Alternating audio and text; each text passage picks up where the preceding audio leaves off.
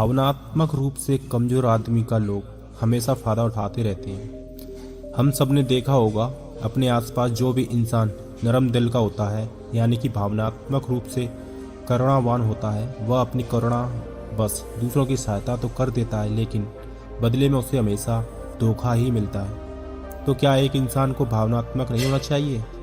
क्या उसे दूसरों पर भरोसा नहीं करना चाहिए? दूसरों की सहायता नहीं करनी चाहिए?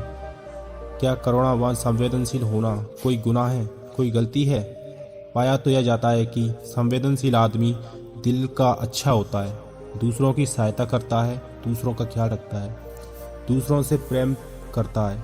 प्रेम भी तो एक संवेदना ही है, वह भी तो भावना का ही रूप है। तो क्या प्रेम करना भी गलत हो जाता है? और यह तो आप सबको पता होगा कि प्रेम तो आध्यात्मिक साधना का एक महत्वपूर्ण कदम है। तो किस प्रकार एक इंसान समाज में संवेदनशील, करुणावान और दयालु यानी कि एक अच्छा आदमी बनकर रह सकता है, ताकि लोग उसका फायदा भी ना उठा पाएं और वह अपने मन की इच्छा, अपने मन की कोमलता, करुणावान सब कुछ बरकरार रख सके। आज की कहानी के माध्यम से आपको कुछ ऐसे तरीके पता चलेंगे जिससे आप धोखा खाने से खुद को बचा सकते हैं।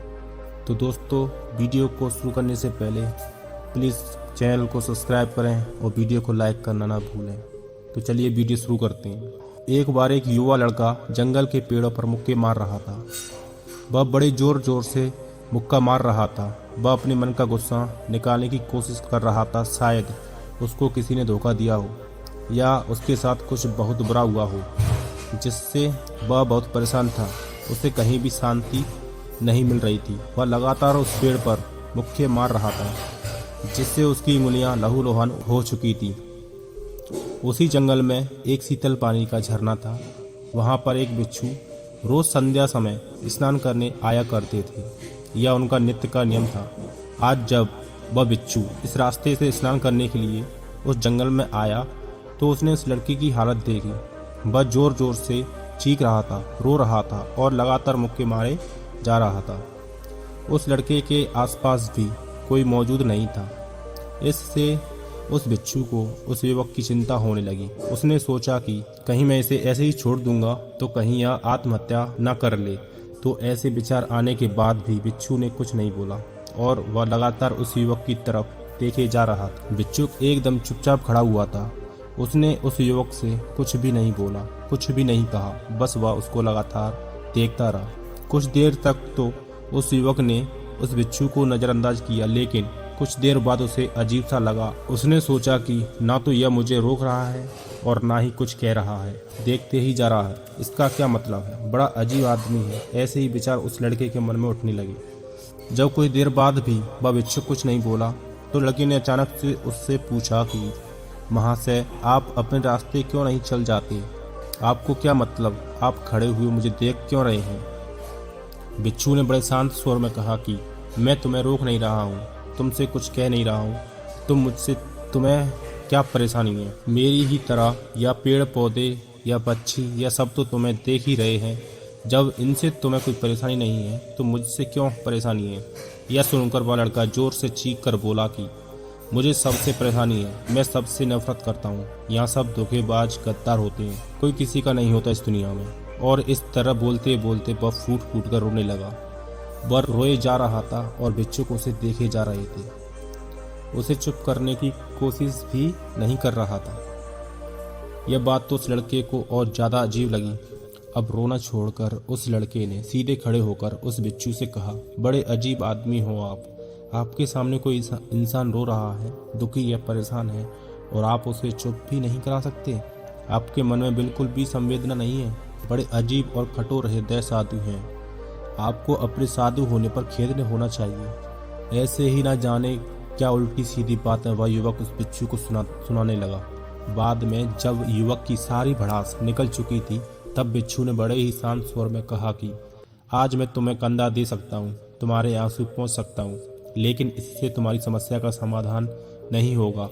कुछ देर के लिए तुम्हारा मन बहल जाएगा, बस उसके बाद वही जिंदगी, वही लोग जो तुम्हें आज कंधा देने के लिए भी तुम्हारे पास नहीं है, फिर से तुम उसी जिंदगी में लौट जाओगे। कोई तुम्हें धोखा देगा, कोई तुम्हारा फायदा उठाएगा और तुम अपने मन को ऐसे ही तकलीफ पहुंचाते रहोगे। तो आंसू पहुंचने की बजाय तुम्हें मुझसे कुछ ज्ञान की बातें लेनी चाहिए, जिससे तुम्हें जीवन में कोई भी धोखा नहीं दे सके, तुम्हारी अच्छाई का कोई फायदा ना उठा सके। याद रखना, आंसू पहुंचने वाले तो तुम्हें बहुत मिल जाएंगे, लेकिन ज्ञान और सही समझ देने वाला कभी कभी कोई इंसान मिलता है। बिच्छू ने उसे बताया कि मैं पास के झरने पर स्नान करने के लिए जा रहा हूँ, वहाँ ही शीतल पानी है वहाँ का। अगर तुम चाहो तो तुम भी मेरे साथ चल सकते हो।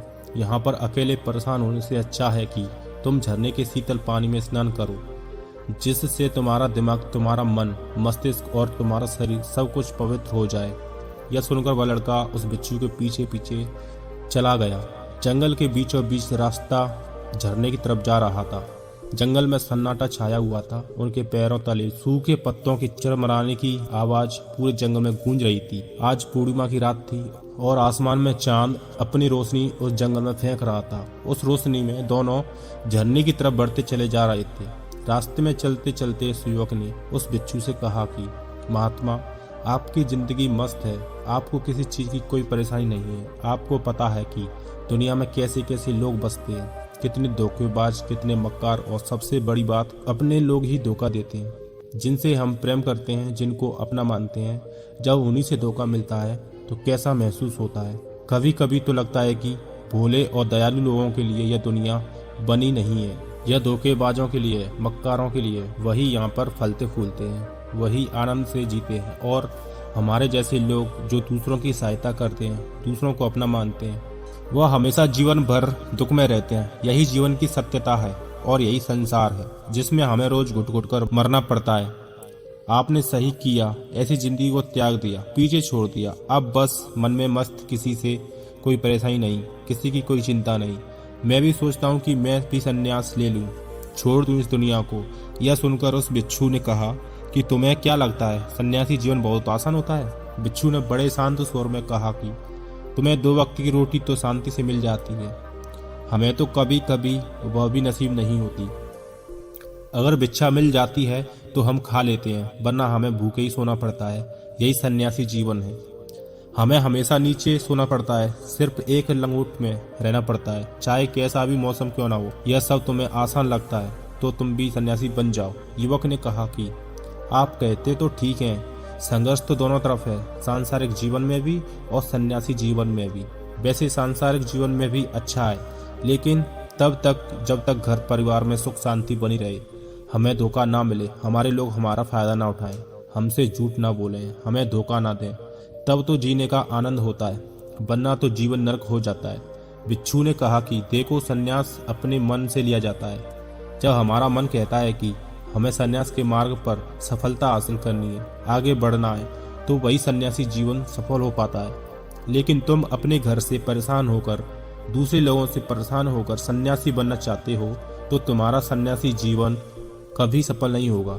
इससे अच्छा तो तुम सांसारिक जीवन में अगर कुछ तरीके, कुछ नियम अपनाओ, तो दूसरे लोग तुम्हें धोखा नहीं दे पाएंगे। सबसे पहले तो यह समझो कि धोखा उन्हें ही मिलता है जो भावनात्मक रूप से कमजोर होते हैं, जिनका दिल जल्दी पिघल जाता है, जो दूसरों को दुख में नहीं देख पाते।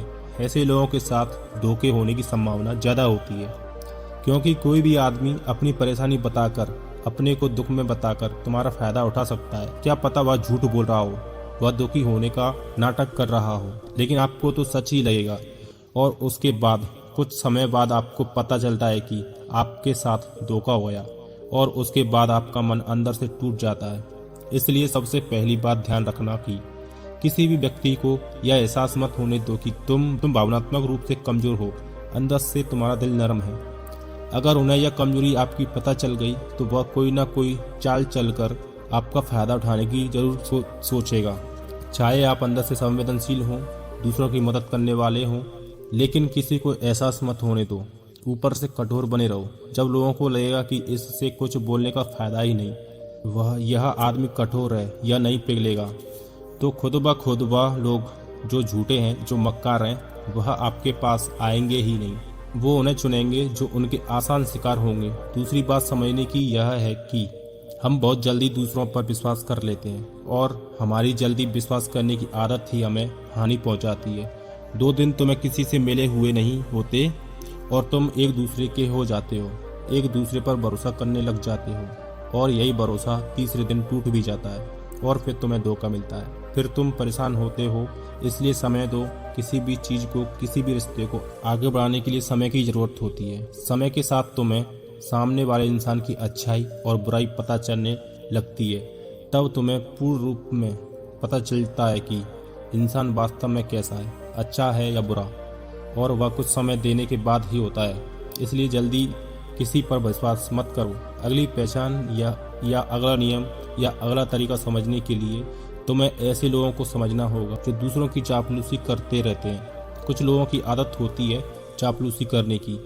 आपके सामने आपकी बड़ाई करेंगे और आपके बारे में अच्छा अच्छा बोलेंगे और आपको लगेगा कि यह इंसान कितने अच्छे हैं, मेरे से कितना प्यार करते हैं।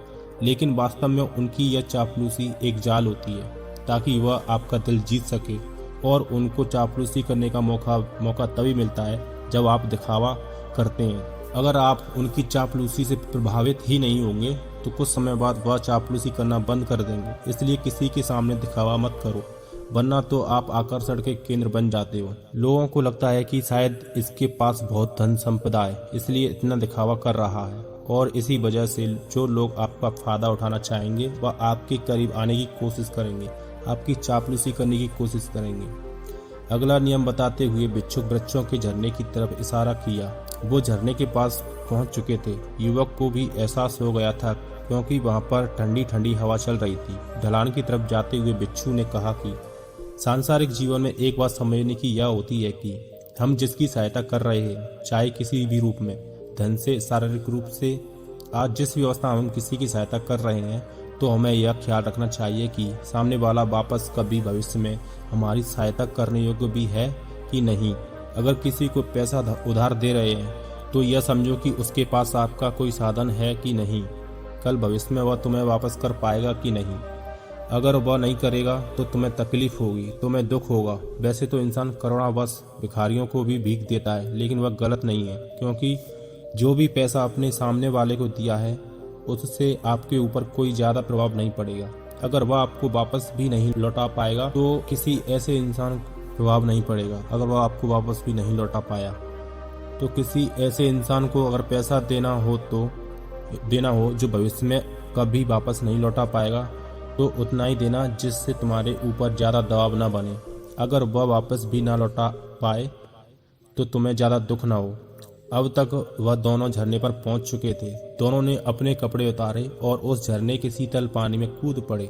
पानी बहुत ठंडा था। उन दोनों की सारी थकान, सारी उदासी पल भर में ही दूर हो गई। स्नान कर लेने के बाद दोनों एक पेड़ के नीचे उस झरने के सामने ही बैठकर बातें करने लगे। भिक्षु ने उसे आगे समझाते हुए कहा कि शुरुआत में लोगों को नज़रअंदाज करना सीखो। जब तुम किसी को शुरुआत में नज़रअंदाज करते हो तो जो भी लोग किसी लालच की वजह से तुम्हारी तरफ प्रभावित हो रहे थे, उनकी छटनी हो जाएगी। जब तुम उनको नज़रअंदाज करोगे तो वह एक दो बार तुम्हारे पास आने की कोशिश करेंगे, उसके बाद वह तुमसे दूरियां बना लेंगे। और जो आदमी तुम्हारी इंसानियत, तुम्हारी अच्छाई को देखकर तुम्हारे पास आएगा, वह नज़रअंदाज करने के बावजूद भी तुम्हारी तरफ बना रहेगा। और यही तो एक सच्चे इंसान की पहचान होती है। जो हमारे अपने होते हैं उनसे हम लड़ भी लेते हैं, झगड़ भी लेते हैं, उसके बावजूद वह हमारी बातों का बुरा नहीं मानते। चाहे थोड़े समय के लिए वह हमसे नाराज रहें, लेकिन कुछ समय बाद फिर से हम एक हो जाते हैं। और यही तो घर परिवार का मतलब होता है, यही तो अपनों का मतलब होता है। इसलिए शुरुआत में अनजान लोगों को नज़रअंदाज करना सीखो, इग्नोर करना सीखो, ताकि धोखेबाज और मक्कार लोग तुम्हारे करीब ही ना आ पाएं। अपनी इस वार्तालाप को खत्म करते हुए भिक्षु ने अपनी आखिरी बात बताते हुए कहा कि यह आखिरी सीख सबसे ज़्यादा महत्वपूर्ण है। सब कुछ होने के बाद भी तुम्हें धोखे और मिल सकते हैं, लेकिन अगर तुम अपने आँख और कान और अपना दिमाग खोलकर रखते हो, अगर तुम होश में रहोगे, ध्यान करोगे, तो तुम्हें इंसान की आंखें देखते ही समझ में आ जाएगा कि उसे तुमसे क्या चाहिए। तुम उसकी इच्छा और उसका स्वभाव उसकी आंखों में ही पढ़ सकते हो। लोगों की आंखों में, उनकी वाणी में, उनके स्वभाव में सब कुछ दिखाई देता है। बस हम ही अपनी आंखें मूंद कर रहते हैं। दूसरे लोगों से जानो, रिश्तेदारों से जानो, उसके परिवार वालों से जानो कि वह इंसान कैसा है, दूसरों के साथ उसका व्यवहार कैसा है, उसकी पड़ताल करो। ऐसे ही किसी पर विश्वास मत कर लेना। अगर तुम किसी के साथ लंबे समय तक भरोसा करना चाहते हो, किसी के साथ कोई संबंध बनाना चाहते हो, कोई दोस्ती करना चाहते हो या किसी की मदद करना चाहते हो, तो इन सभी परिस्थितियों में तुम्हें यह जरूर पता होना चाहिए या दूसरे लोग उस इंसान के बारे में क्या सोच रखते हैं। इसके बाद तुम अपने जीवन में कभी भी धोखा नहीं खाओगे और तुम्हें कभी भी जीवन में धोखे की वजह से पछताना नहीं पड़ेगा। इसी तरह की बातें करते हुए बिच्छू और वह लड़का दोनों जंगल से बाहर आ गए, अपने अपने घर को चले गए। तो दोस्तों, कैसी लगी यह कहानी आपको कमेंट करके कमेंट सेक्शन में ज़रूर बताना, और अगर आपका कोई सवाल हो तो वह भी आप कमेंट्स में लिखकर हमें बता सकते हैं। तो मिलते हैं अगली वीडियो में।